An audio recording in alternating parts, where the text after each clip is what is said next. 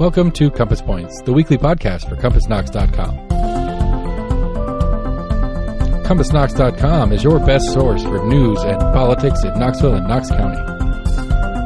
If you'd like to learn more about the topics discussed on today's podcast, go to CompassKnox.com and subscribe for in-depth coverage and much more.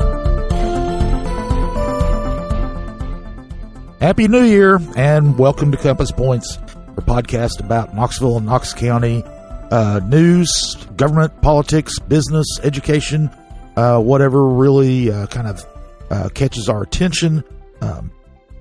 We've had a New Year's coming up, so that was there was kind of a slowdown in government news, but we tried to cobble some things together, and we think we did okay. I'm Scott Barker. I'm the editor of Compass. We're a subscription-based website and newsletter, and we report on all these things. So you can find us at CompassKnox.com, and we're recording this in the opulent studios of Barbarian Productions, and under the capable hands of Seth Barber, our engineer. Lord Seth, how was your New Year's, Seth? Our New Year's was great. I appreciate the capable descriptor there as opposed to like excellent or amazing or anything like that, because I wouldn't classify myself as a super professional at this, but I do enjoy doing it. And no, New Year's was great. We keep it low key in this house. Got rid of one kid. He went and stayed at a friend's house, and then the other kid and the wife and I just kind of played chill. Had to get an extra cup of coffee in late there. I was having an old man moment, struggling to get to the hour, but we got there and then quickly went to bed and went back to life. Well, I'm glad you clarified that when you said you got rid of one kid and then said that they went to another house. I'm glad there's some clarification there. Yeah, we were pretty low key too. We and I didn't stay up till it was one of the few nights that I actually went to bed before midnight. And because you could, because I could. That's the state of affairs in the Barker household. That's right. And but we had people over on New Year's Day. We kind of have an annual tradition of having some friends over New Year's Day, and it's one of those old people things. You don't stay out on New Year's Eve and party all night. You just get together and eat some food and talk to your buddies. So anyway. Nobody is listening to this to hear me talk about my holiday, so we've got quite a few things to actually talk about, even though there was kind of a slowdown. We were going to talk about Knoxville's status as a housing hotspot from the National Association of Realtors. We're also going to look at a Rails to Trails proposal and possible legal action related to that. The Pryor Brown Garage, was announced Friday, is going to be demolished in the coming weeks, and we'll talk about that.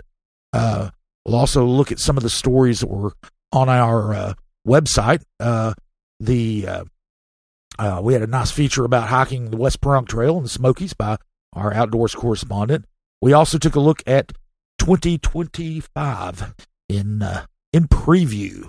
So we've got that, and we're going to start off though with a story about two bridges, the Gay Street Bridge and the proposed Pedestrian Bridge across the Tennessee River at UT.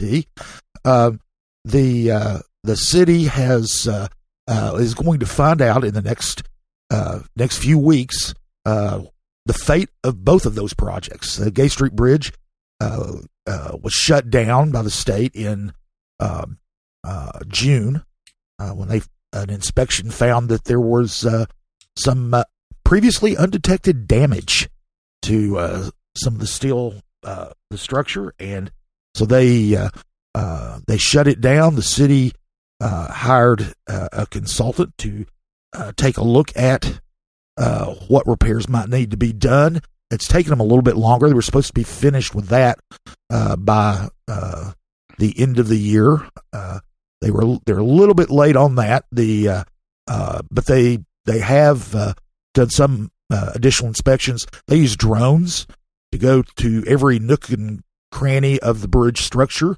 Did not find any additional damage yet. But now they're going to be hiring a construction consultant, I guess is the best way to put it. Gresham Smith is the engineering firm that's doing this work for Knoxville. And on Tuesday at the city council meeting they're going to be voting on giving them an extra $30,000 to bring on Charles Blaylock and Son, which is a company out of Sevierville that does a lot of road and bridge work. They're already pre-approved to do bridge work by TDOT. So they're going to come in and they're going to make the kind of final decision on this. I talked to Chris Howley, who is the deputy engineering director for the city of Knoxville, and he was explaining that they know what's wrong pretty much, but there are several different methods of how to take care of it. You can, there are more than one way to skin a cat, in other words. So, and they're going to be looking at that, and Blaylock and Sons is going to be bringing forth those specific recommendations with costs to the city. They're shooting for the end of January now, so it'll be a month later. The bringing on Blaylock and Son, the city says will shave about 3 months off of the total project, because they're already on the ground, they're already doing the work in the design phase, so that should speed things up eventually. We don't know yet how much it's going to cost or how long it's going to take, but that should be something that we'll know when they actually give their report. I'm going to ask the stupid question real quick here, Scott. Stupid question. This is all on the presumption that it's going to just be reopening the bridge as it was. I had heard some rumblings around about maybe changing the format of making it a more pedestrian bridge or blah, blah, blah, blah, blah. But all of this work they're discussing doing is planning on getting it reopened to traffic. Reopened to traffic. There's, you can always say that there's a chance that it would go pedestrian only, but they're not going under that assumption. They're going under the assumption that they're going to be able to put vehicles on it. However, as part of this work, they're going to be doing a load analysis to see if they might need to limit the size of vehicles that go across the bridge. Back before 2005, when they did the massive rebuilding of the bridge, essentially, there were weight limits, and so that might be reinstated. The bridge carries about 7,000 vehicles a day. There's not a whole lot of truck traffic, but it is pretty convenient to get from downtown to the South Waterfront and back, and trucks do use it, so it's not, or have been using it up until 6 months ago. That's I know that's been one topic that a lot of people have been asking about, because the bridge is 126 years old. It is Knoxville in many ways. So it's an iconic bridge. It's kind of neat to look at. It's because it's so old. It's the steel truss and the arches and also so the city really does want to make sure that they are able to restore that as much as possible to a vehicular bridge. And of course, the big thing is how much is this going to cost, right? And we just don't know that yet. There are other things that they're considering about options. For instance, one of the options that Howley was telling me about is, well, how exactly are you going to do the work? Because you can either put stuff on the bridge decking and lower workers and materials down to the underneath of the bridge where the damage is to repair it, or you can get barges and go from the water surface up to where the damage is, and both those entail different costs. Don't know about the bridge, but when they do that load analysis, how much material they could put on top of the bridge while they were doing the work.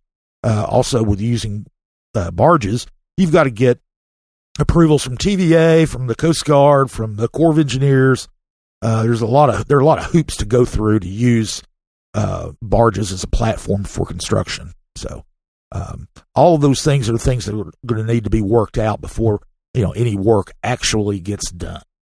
So now a little bit downstream, you've got the bridge that exists only in renderings and in the imaginations of some engineers and city officials. That's the pedestrian bridge that long been proposed from South Waterfront. This iteration is from South Waterfront to the University of Tennessee campus. It would land right beside Thompson Bowling Arena. The key there, it's a 60. They estimate the cost is going to be about $60 million. They got $20 million from the state. They're going to use $15 million from tax increment financing proceeds. That's we can get in the weeds a little bit on that, but the South Waterfront is a tax increment financing district. So when there's new development there, the increase in property taxes, property tax revenues that those generate can be used for infrastructure projects. $15 million would be dedicated to, of that revenue stream would be dedicated to the bridge. That leaves $25 million. And this is for the third year in a row, the city is going to the U.S. Department of Transportation seeking what's called a RAISE grant. Big infrastructure grant program that the Transportation Department runs. They've got $1.5 billion to distribute. And one of the interesting things is, because of the change of administration, the Biden administration is kind of accelerating the process, which could wind up being really good for Knoxville's chances, because Knoxville was pretty close last year. They were their proposal was considered a project of merit, which meant it checked all the boxes that the feds were looking for. There were just so many projects that sought funding through this grant program last year. This year, they're speeding up the process. These proposals from last year that were deemed projects of merit can just re-up their application. They don't have to send a new application in. They'll be considered immediately. They're the only ones who are going to be considered in the first round of funding. So Knoxville, which scored very highly last time, you would think that they will still score highly this time, and they're not getting added competition. The competition is the same pool of projects that also didn't receive funding last year. So, and it's kind of interesting, the timing on this. The Transportation Department is going to announce this on or before, could be before January 13th, which is exactly 1 week before the Trump administration comes in. And but they're wanting to get that funding out the door. They don't know about the future funding of the program, like many other things in the federal government after January 20th and the inauguration. Then there are just a lot of unknowns. So they're going to go ahead and make those announcements then. So we'll know we should know within 2 weeks whether the pedestrian bridge is going to be a go or not. And the city officials, I talked to Rebecca Jane Justice. She's the chief of urban design and development, and they're pretty optimistic that it's going to go through this time, and they better be. I mean, even if the program stays in place over moving forward, you only get 3 bites at the apple, and this is Knoxville's 3rd bite. So they're going to be waiting for that, and if they do get the funding, then the final design and actual construction can begin. The city is there's already property on the South Waterfront for the southern end of the bridge. UT went in and bought some of that land, and there's enough land for the bridge anchor itself and other development. So again, that's new development that can be where the tax increment can be used to help pay for the bridge. And then, and a lot of people have, kind of complained that the bridge serves UT and all that. But one thing that's kind of interesting that's changed since they first proposed this location for the bridge is that UT's now going to be building a hotel and entertainment district at the south end of Neyland Stadium, less than just a very, very, very short walk from the end of the bridge at Thompson Bowling Arena. So it's just on the other side of Thompson Bowling. So it's there is that. That is something that could draw people across the river to UT, and then students, of course, can use it. And my guess is there will be a lot more housing that goes in the South Waterfront for UT students, and there's already a lot, but it could end up being a lot more. And those bridge projects aren't the only things that are going to be happening in the coming year. We also put together our 2025 preview. Ran last week in Compass. We had doing previews like this is very difficult in the news business because things are hard to predict. But there are some things that of course we know are going to happen. One is the city of Knoxville is going to hold its first election under the new election system. 5 district city council seats will be on the ballot. There are no incumbents running for re-election because of term limits. And this year, for the first time since they went to the district system in 1969, the general election will not feature citywide voting. You could only vote for your district candidates. So the primary, there will be a pool of candidates. You never know how many. And it's going to be a while before they don't have to even get petitions out till May. So, but there'll be a pool of candidates. Each district will vote in the primary. The top 2 finishers will then go to the general election. In past years, in the general election, people vote. All voters in the city voted for every seat. So you would go into the general election, and the ballot would have 5 district seats on there for you to vote in. This year, it will only be 1 because it's only your district. You can't vote for people in other districts. So silver lining on it, it's going to be a quicker voting process because there's less names on the ballot, so you can get in and out of the booth quicker. That'll be nice. Yeah. And that's and this is a system that's used by the vast majority of governments that have districts. It'd be a little hyperbolic, but you could say everywhere else it'd be pretty accurate. There are a handful of others. There's some other cities in Tennessee much smaller than Knoxville. Right, and you and Jesse get to take the week off for elections because your District 5 won't have a ballot. I'm not in District 5. I'm in District 6. He's in 5. Sorry, I'm in District 4. He's in 5. Okay, well, so either way, our District 5 friends get to take the season off. Maybe you should Maybe you should hold a we don't have to vote this time party. Yeah, for District 5 people out there. Now that's going to change too.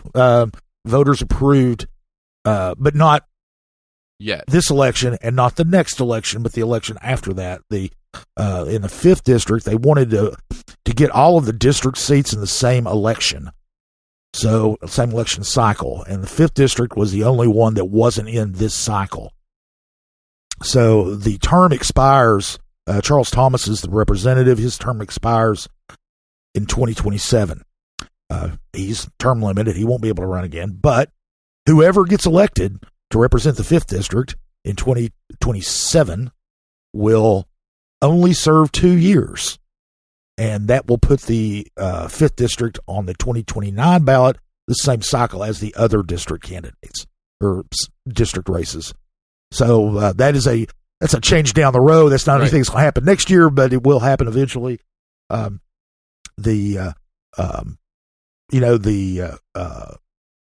thing that's going to happen. There's a lot of conjecture about the candidates and what's going to happen. One is that that people who are well known within their district but don't have extensive contacts citywide will be encouraged to run, because they don't have to run a citywide campaign if they finish in the top 2 in the primary. That could happen. People who aren't awesome fundraisers don't have to can still have a shot, because you don't need to fundraise as much to run district only. That'll help maybe encourage some more people to run. It could.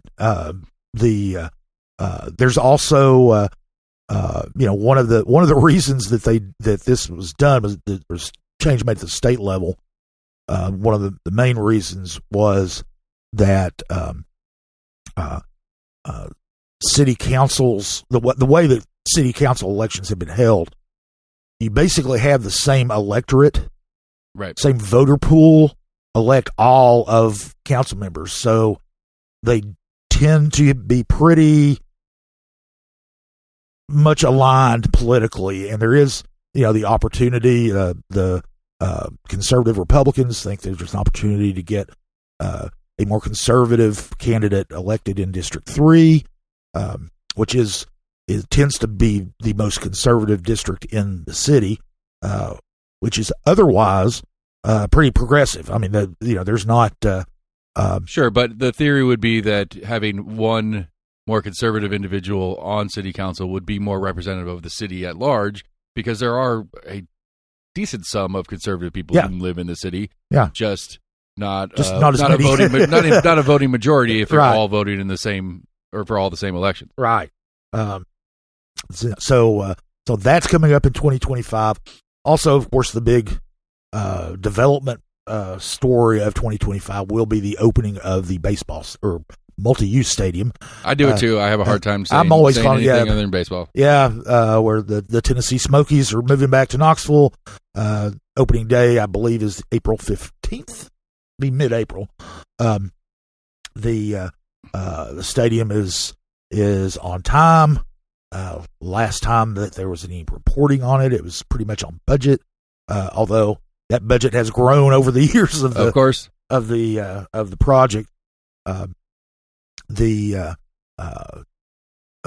course, as we reported on previously, the stadium now has a name. It's Covenant Health Park. The other developments that are going in, the residential developments that are going in outside the stadium are nearing completion. At least one of them. The apartment building on the third base side is nearing completion. The condo development on the first base side is a little bit further behind. They had some problems with soil and water in the beginning that kind of slowed down the start of its construction. There will be outward-facing restaurants at the stadium, and that you can just walk up to. You don't have to go to the game necessarily to go to some of these. We don't know what those are going to be yet. They haven't announced those, so there'll be a lot of announcements coming forth about the stadium, and then of course then we'll have opening day, and that'll be a big thing for baseball fans. There are a lot of people who have been critical of the stadium who apparently aren't baseball fans and don't and won't care that much as long as it doesn't make their taxes go up. So right, and then the parking question that everybody's going to argue about, as everybody's already arguing about. Yeah, and that's it's one of those things that you look at just the raw numbers of parking spaces, and there seem to be plenty in the area. Well, that's the thing about the stadium. That's the thing about growing Knoxville is that it's not just the one thing going on a night. Like it used to be we had one big show at Tennessee Theater, and that would take up a majority of parking, and that's not that big a deal. Yeah. But now we're going to have a Tennessee Theater show, a Bijou show, something going on in Market Square, and a baseball game. It's going to get interesting. I'm excited about it. It's going to be fun. Well, one of the big things, of course, is there's the parking garages at the Civic Coliseum and Auditorium. Which when they're not, there's nothing going on in either of those venues, they're empty. And right. so that's easy. You can park there. It's only a couple of blocks over to the stadium. Not a big deal. They'll probably have shuttles going. But if there are concerts scheduled at the Civic Auditorium, for example, on the same night as a Smokies baseball game, then there could be some conflicts. I don't know how they're going to. Supposedly, they're looking at ways to work through all those issues, and they haven't announced them yet, but they are looking at them. But there are a lot of unused parking spaces over there. One of the things that they talk about too is, this is an urban park. Of course, there's going to be urban parking. That's not. And there are a lot of spaces in the warehouse, because this remember where the stadium is. It's right beside the old city, right? And the rest of to the east and to the north is just basically old warehouses.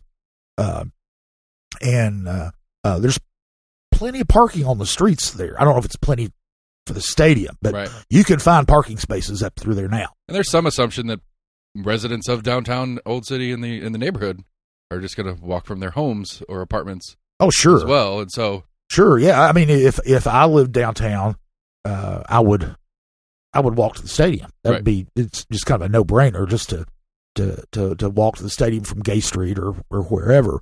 But I don't live downtown. However, I will be like most other fans and have to drive down and park, and I'll just whenever I go to a baseball game. But if I weren't so lazy, I could probably walk from my house, but not anymore.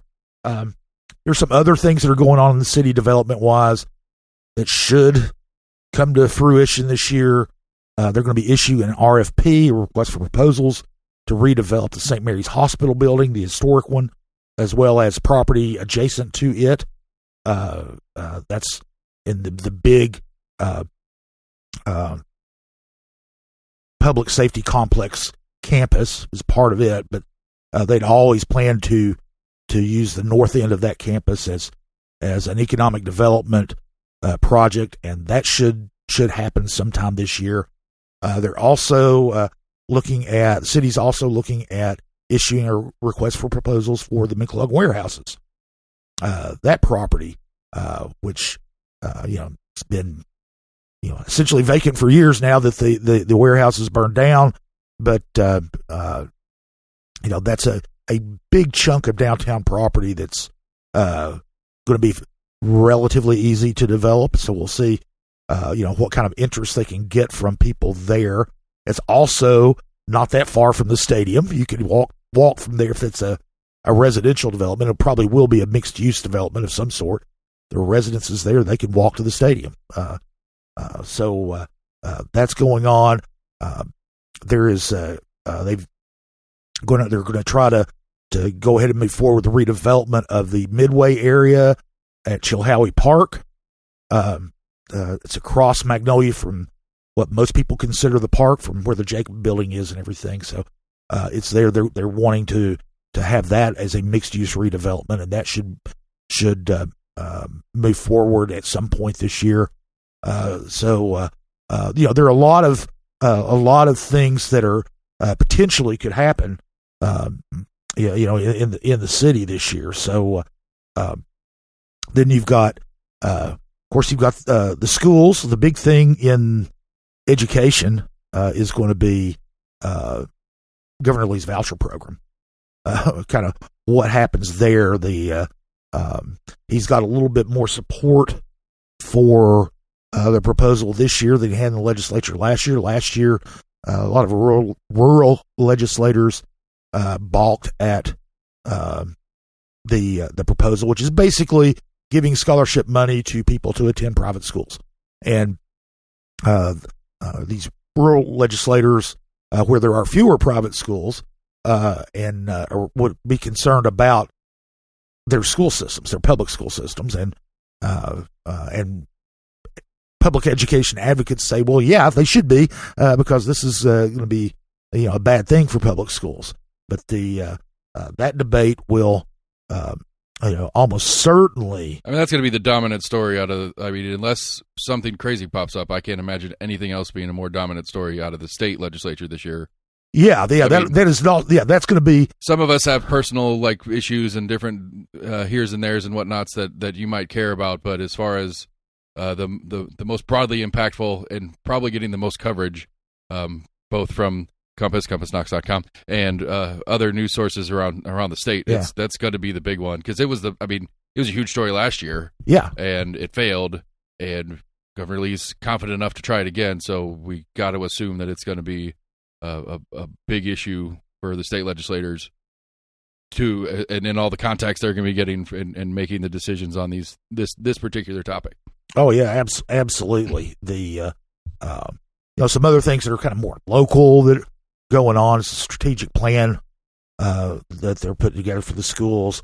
There's also and we'll talk about the county budget in a little bit, but the county budget is going to be pretty tight, and the school system has committed to salary increases, so that's going to be something that bears watching. And then there's some other things. There's probably an ongoing topic will probably be addressing disparities among racial and ethnic and socioeconomic groups. Roswick, John Roswick, the superintendent, has kind of de-emphasized that a little bit. And the school board, which is now that it's partisan, is a 5-4 Republican majority, they also have kind of de-emphasized that. So, Democrats on the school board are like, well, it's still an issue, it's still a problem. Right. So, we need to figure out a way to do that. Over at UT, they're going to be focused on growth again. Randy Boyd's got a new 5-year contract as the university president. Donnie Plowman staying around another 5 years as the chancellor at UT Knoxville. Their goal is to hit 41,000 students at UT Knoxville by 2030. They will probably hit that because they're getting pretty close, about 38,000 this year. And they're setting records. And the thing about it is they are bringing in a lot of bodies. And that's one of the things that Boyd has really pushed is increasing enrollment. But they're also retaining students and graduating students at higher rates than they previously did. And so that's a major story to watch as how they're going to measure that growth. UT's also, they're going to be opening 2 residence halls this year to help accommodate some of these new students, and another one in 2026. So, and plus a lot of the residential development along Cumberland Avenue and South Waterfront has been, aimed at UT students as well. So, is the strip sets slated to be completed this year for the 2025 August? I think most of the apartment buildings I think will be completed by then. So I'm not sure the exact. That'll dates. help with that extra number of kids. Absolutely. If they've got those open, absolutely. And then another higher education issue that has popped up, and we talked about this recently, is Knoxville College. They've got a new president. Had a big fire there at one of the abandoned buildings. It's kind of a perennial story that Knoxville College is in dire straits, and the board of trustees is trying to figure out, a way out of that to stabilize the finances and increase enrollment, get accreditation again. So that'll be another story that will continue to develop. I don't know. That's been the story at Knoxville College for a couple of decades. So, then on the county side of government, we've got a couple of things. One is they're going to be developing their comprehensive zoning ordinance. Remember, the Advanced Knox project has developed the comprehensive plan which is kind of a big picture plan of where development is going to go and in the county over the next 20 years or so. But the zoning ordinance is actually where, what can be actually be built where. And so the city went through this process a couple of years ago called Recode Knoxville. It was very contentious, lots of public meetings, a lot of fighting and wrangling that went on. Some compromises had to be made. I don't expect anything less from the county side, especially if not a little bit more, because the county residents especially in the more rural parts of the county that we have are going to be very adamant about keeping their space lower density. I'm curious to watch this because I have some personal interest in it, but it's certainly going to be contentious again, and I think maybe a little more so from I'm trying to figure out the word. The people that want the old Knox County back. Yeah, for lack of a better word. Yeah. I mean, there are a lot of people who see extensive development of subdivisions in rural parts of the county as destroying Knoxville or Knox County that they've known all their lives, and it does change it. There's no denying that, and absolutely. But more people are moving here. We're going to talk about that in just a minute about housing, but that's going to be a big fight, and another big fight. And this will be among county commissioners probably for the most part, and may include the sheriff and could include the school system. Is going to be over the county budget for next year. They're going to start working on that in the coming weeks, and the county's debt burden is soaring, and there's really nothing they can do about it to keep it from rising. Now, there hasn't been a property tax increase in more than a quarter century. Don't anticipate there being one again this year, which means there probably would be hard decisions that have to be made about who gets what funding. If Sheriff Spangler wants to get more money for deputies, that might be a pretty tough sale this year. Mentioned that the school system has its salary issues going forward, so it's really going to be a tight, tough budget, because there is just no way that Mayor Glenn Jacobs is going to be proposing a tax increase, especially since, speaking of governor, he's probably going to be running for governor. It's at least best kept secret in Knox County. At some point this year, he will probably have to announce his candidacy, and so and then it will basically be seen, kind of how how much intensity he puts behind that effort, and how that takes him away from Knox County, because if he runs for governor, he's going to have to be in Nashville, he's going to have to be in Memphis, he's going to have to be in Jackson, he's going to have to be in Williamson County, he's going to have to be in Clarksville. So there'll be and he has been traveling quite a bit to some of these places already. So and we don't know yet, of course, what that pool of candidates will be, because there probably will be a large number of Republicans who want to be governor, because Bill Lee is term limited and he can't run for re-election. So that will those are all things that are going to be happening in 2025 that we're going to be keeping track of, and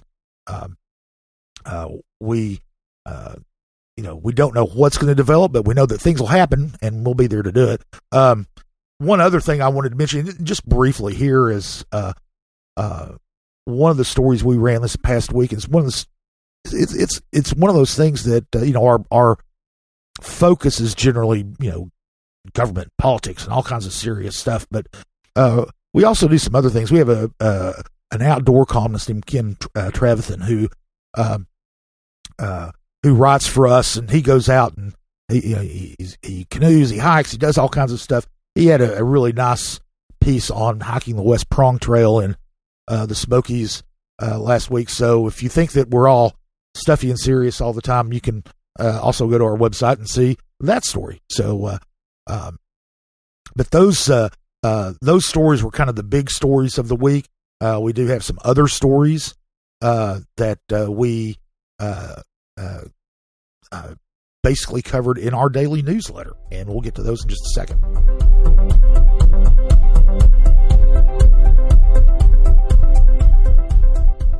One of the stories that we covered in our newsletter this week or last week was the pending demolition of the Pryor Brown Garage.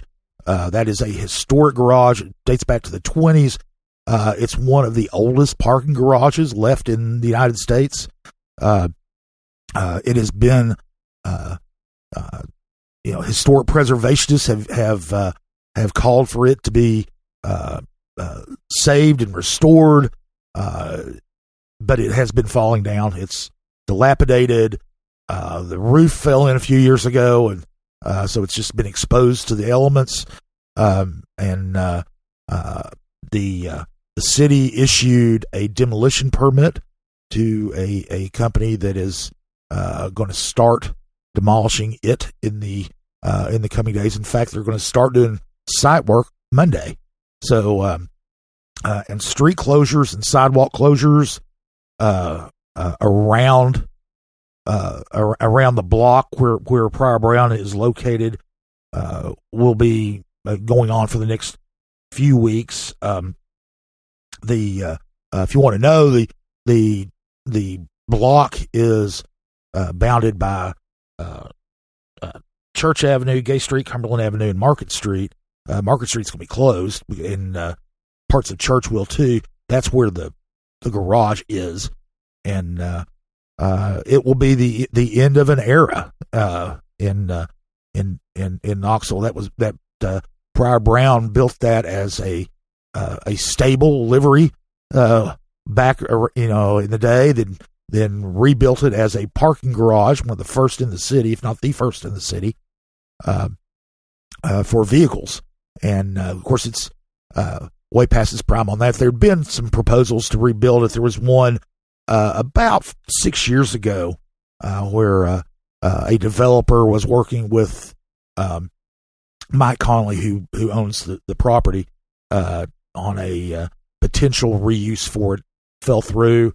There was some animosity there. We don't know what, if anything. I mean, this demolition may just be to get a dangerous eyesore out of the way, because it is a dangerous building, and it's one of those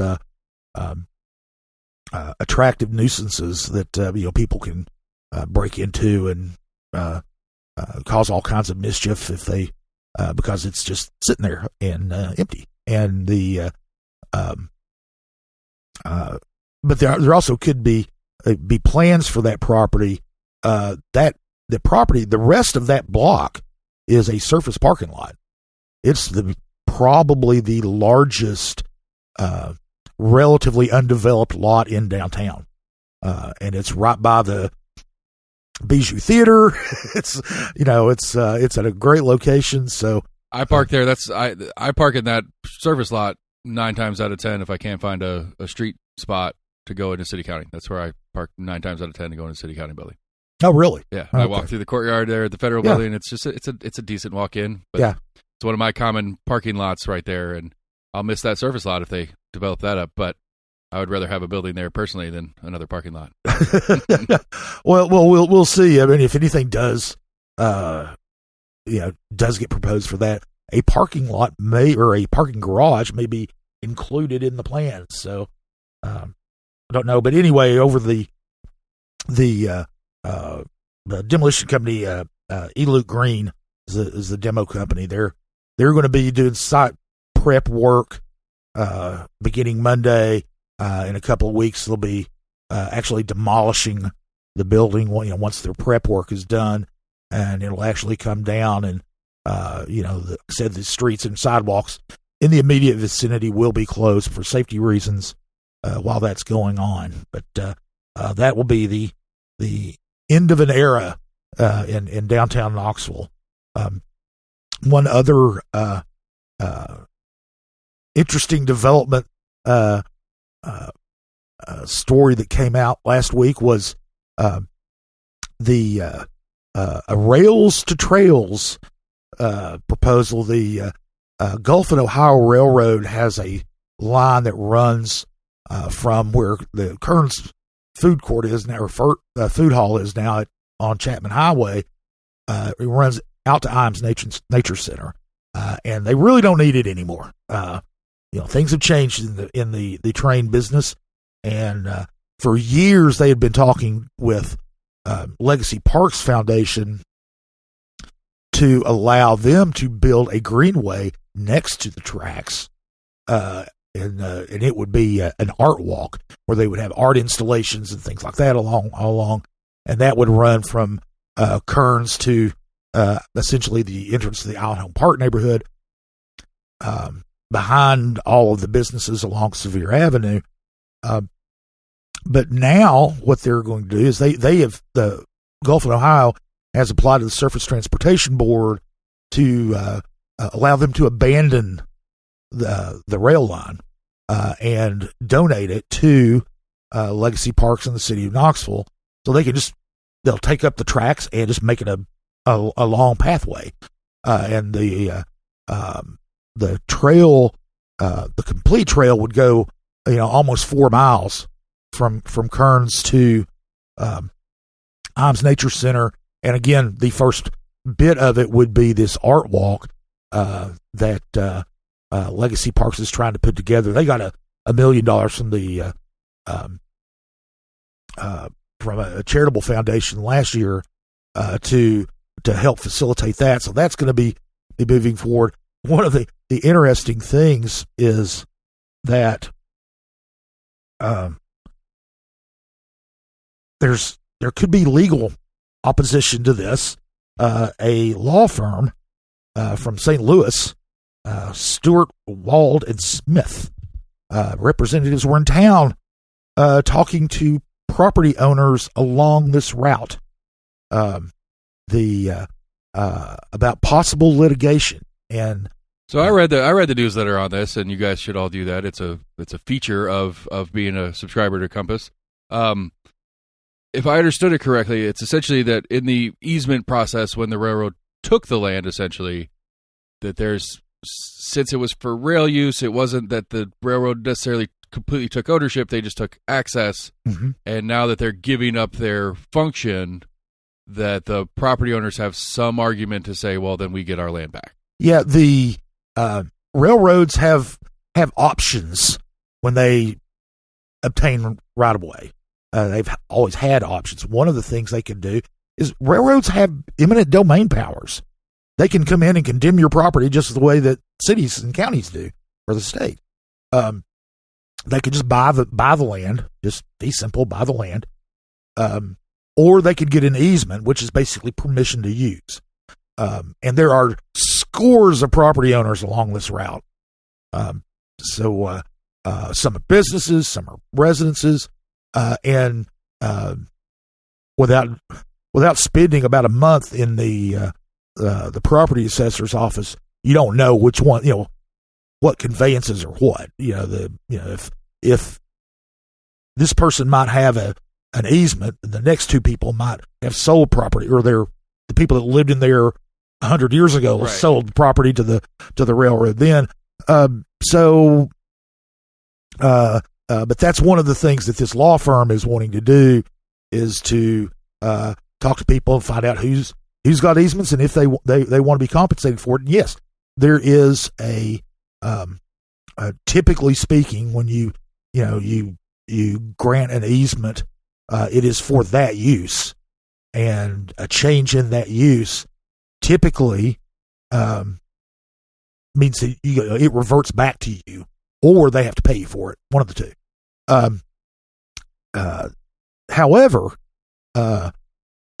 this process is under what's called the Trails Act, the Federal Trails Act, and it's to encourage this type of development. And one of the things I've since found out about Trails Act litigation is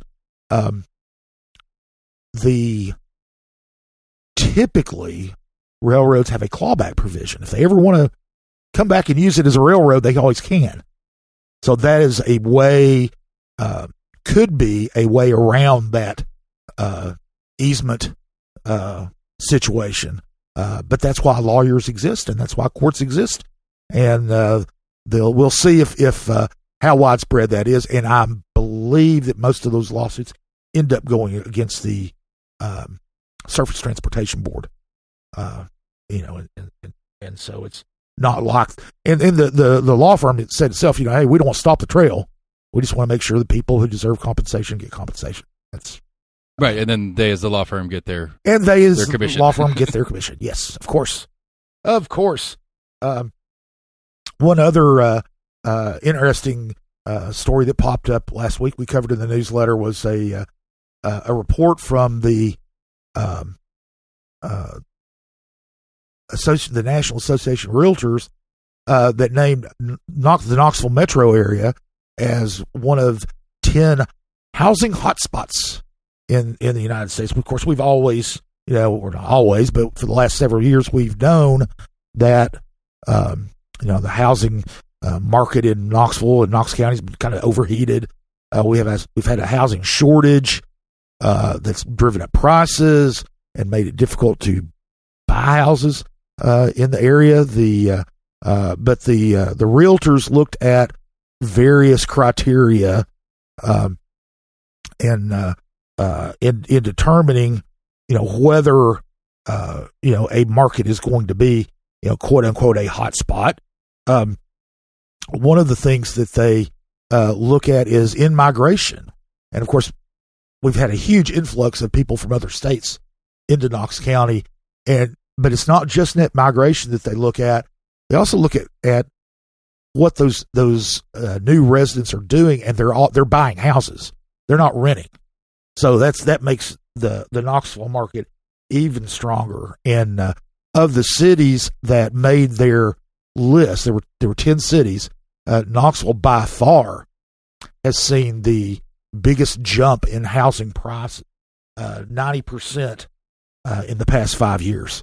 So basically, if you've owned a house in Knox County for 6 years or longer, you've doubled your money as far as the value of the house. So on average, I mean, there obviously there are some that haven't doubled their money, and some that got more than double, but on average, that's so in that way.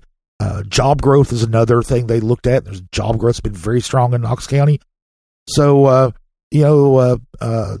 it's just another data point of how the housing market in Knoxville is not only stronger and more complex than it has been here, but it's one of the hottest markets in the whole country. The other cities that were on this list included Charlotte, Greenville, South Carolina, Hartford, Connecticut, San Antonio. A lot of these cities are really just growing by leaps and bounds, and Knoxville's one of them. And so, but those are some more of the stories that we covered last week in Compass at the both on the website and in the newsletter, and we will be covering more and in the coming week. Among the stories that we will be covering next week or this week, the government bodies are jumping back into action, and so we've got a week just chock full of meetings. The school board holds 2 meetings: their work session on Monday at 5:00, and the voting meeting on Thursday at 5:00. These are both in the Summer Place conference room. The work session is where they will talk about things but not vote on them. Then the regular meeting on Thursday is where they actually vote.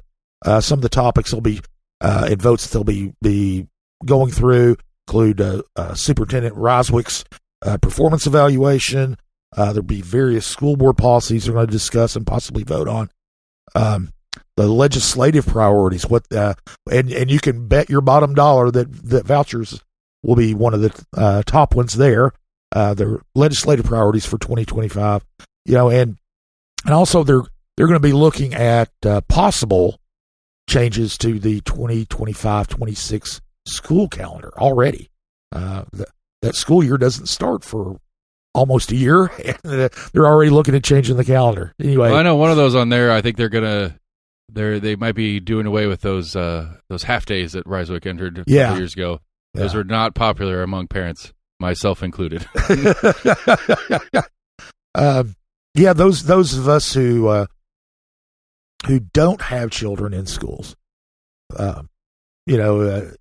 even so, I mean, when you've got people running around in the middle of the day when they're not normally running around in the middle of the day, things like this, it's something that affects everybody. Really, you don't realize it necessarily, even if you don't have kids in schools. So, then also this week, City Council is meeting on Tuesday at 6 p.m.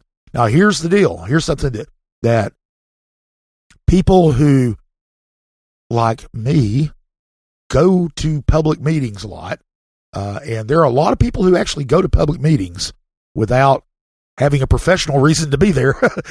Just go for, because out of interest in what's going on in the community.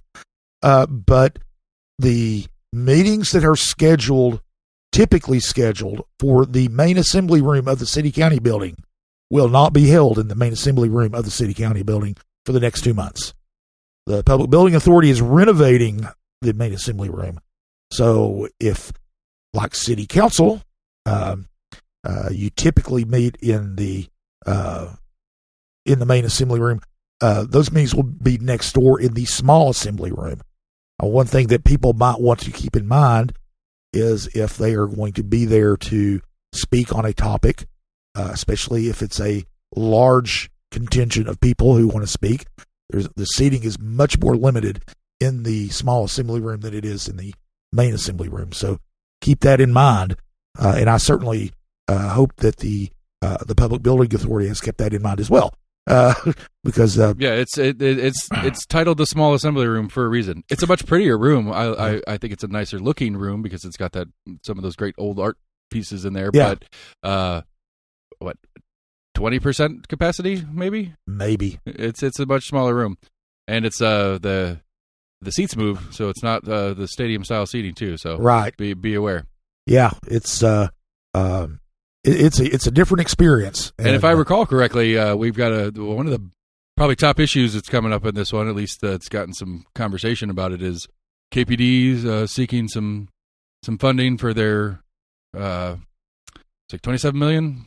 Yeah. There's a vote on $27 million for KPD, some of their high-tech surveillance center. That's not the right word. I apologize. Well, what it is they already contract with this company called Axon to do their body cameras, their dashboard cameras. This contract is the same thing. It's for body cameras. It's for dashboard cameras, software used to support that, data management in support of that, and also software and management services for the real-time crime center. And we've talked about that, but it's been a long time since we've talked about it. And that is a nerve center at the public safety complex where surveillance cameras from around the city, their feeds go into this real-time crime center, and they can real-time crime is not exactly what happens, although sometimes it can. But it's a way for KPD to quickly check surveillance videos. For instance, if there is a surveillance camera that's in the system at a particular intersection, and there's a shooting nearby, they may not pick up the shooting, but they may pick up the getaway car, as it goes through an intersection, and they'll be able to identify that car much faster using the real-time crime center than they would using other means. But it is a little controversial. the anytime that surveillance procedures, data collection, things like that happen, that there are concerns. Amelia Parker, city council member, at-large city council member, is generally vocally opposed to such things. I would imagine she'll have a lot to say. And this contract's a long contract. It's $27.6 million that could be $27.6 million spread over 11 and a half years. It's not $27 million a year. It's a little under $3 million a year. But they've got it's a 5-year contract, and another 6.5 year extension is possible. So, and you can kind of understand that because it's going to be the same equipment, same software, right, same maintenance, everything. Upkeep, stuff like that. So that's not a that's probably not a vendor you would want to switch out frequently. But that is going to be a big agenda item there. There are a couple of other things that they do that are going to be interesting. They're going to be voting on the Gay Street Bridge contract, for example, the one we already talked about. They're also going to be considering a $75,000 historic preservation grant for neighborhood market on 11th Street, Fort Sanders. So that'll get some. It's a brick building, 3 stories tall, and it's always been a market. And it's they're wanting to the owners are wanting to renovate it and spruce it up, and they want to get a historic preservation grant to enable that to happen. So another meeting is Thursday at 1:30 p.m. Again, we'll be in the small assembly room. It's the Knoxville-Knox County Planning Commission. They go through zoning and land use decisions. The agenda can change quite a bit. Over time. They've got the agenda out. You can go to their website and take a look at it. Although, be forewarned that items get withdrawn or postponed or whatever, modified frequently right up until the meeting. And so, but there is one kind of interesting land use or property use request, is that there is a request to turn an industrial building into an indoor paintball range. So if you're into paintball, you can have an indoor range to enjoy your pastime in, if this gets approved. So that's one thing. So that's kind of a rundown of the meetings that we'll be covering in the next week. One thing I did want to talk about is this absolutely brutal cold weather that we're going to be experiencing. We're taping this on Friday. It's cool enough now. Sunday, when the podcast airs, the forecast is for freezing rain, possibly ice. We're going to have low temperatures, in the below, the low 20s and teens over the next week, according to the forecast. So we've got some really bad cold weather coming. If it's not already here by the time you're listening to this, stay warm. One of the things that we'll be keeping an eye on is the city county office of housing stability is still coordinating warming centers in 4 area churches, plus an overflow space, Salvation Army. Those will probably be open every day this week, because just about every day the low is expected to be below 25, and that's kind of their cutoff time there. Heard from Aaron Reed, who's the director of the office, who's been on the podcast before, but Aaron Reed sent out a notification that about the warming centers. They still need volunteers to deliver meals, set up cots, transportation to the warming centers for people. These are for people who are unhoused and who don't typically stay in shelters. So they might need to stay overnight at one of these warming centers, but they do need volunteers. And one of the things that the Office of Housing Stability suggests is that you contact the church directly to volunteer in the church where you want to volunteer in, and the 4 churches that are involved are Cokesbury Church in West Knoxville, Fountain City United Methodist in Fountain City, Vestal United Methodist in South Knoxville, and Magnolia Avenue United Methodist in East Knoxville. Then one other thing that is might want to know is that supplies are needed for all of these centers. They need, new or nearly new blankets, sleeping bags, gloves, hats, new toiletries, new socks, those kinds of things. And if you would like to donate supplies, you can just take the supplies to Knox Area Rescue Ministries on Broadway. There's a place where you can drop off these materials for these just for the people who are using the warming center. It's not a general use thing for CARM. These are designated for these particular warming centers. And so in the coming week, we hope that everybody tries to stay warm and be safe and all of that good stuff. But that's about all we've got for this week's episode of Compass Points. Again, if you want to, if you don't subscribe and you want to follow all these stories that we talk about and more, you can go to CompassKnox.com, subscribe. You'll get a daily newsletter. You'll get access to our website. And now, one thing you don't have to, you don't necessarily have to subscribe for is this podcast. So you can just listen to us. I want to thank Lord Seth Barber, our can I call you an intrepid producer? Would you like that? Maybe I can work with that. Yeah, you can work with that. Okay.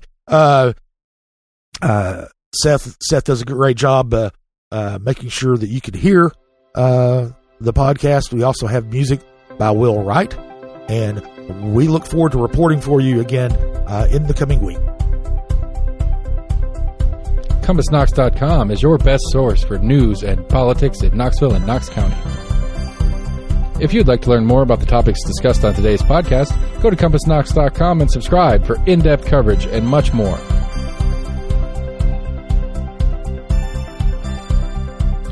And many thanks to William Wright for composing our theme song. Compass Points is a partnership of Barking Shark Media and Barbarian Productions, and recorded by Lord Seth A. Barber at Barbarian Studios, Knoxville, Tennessee.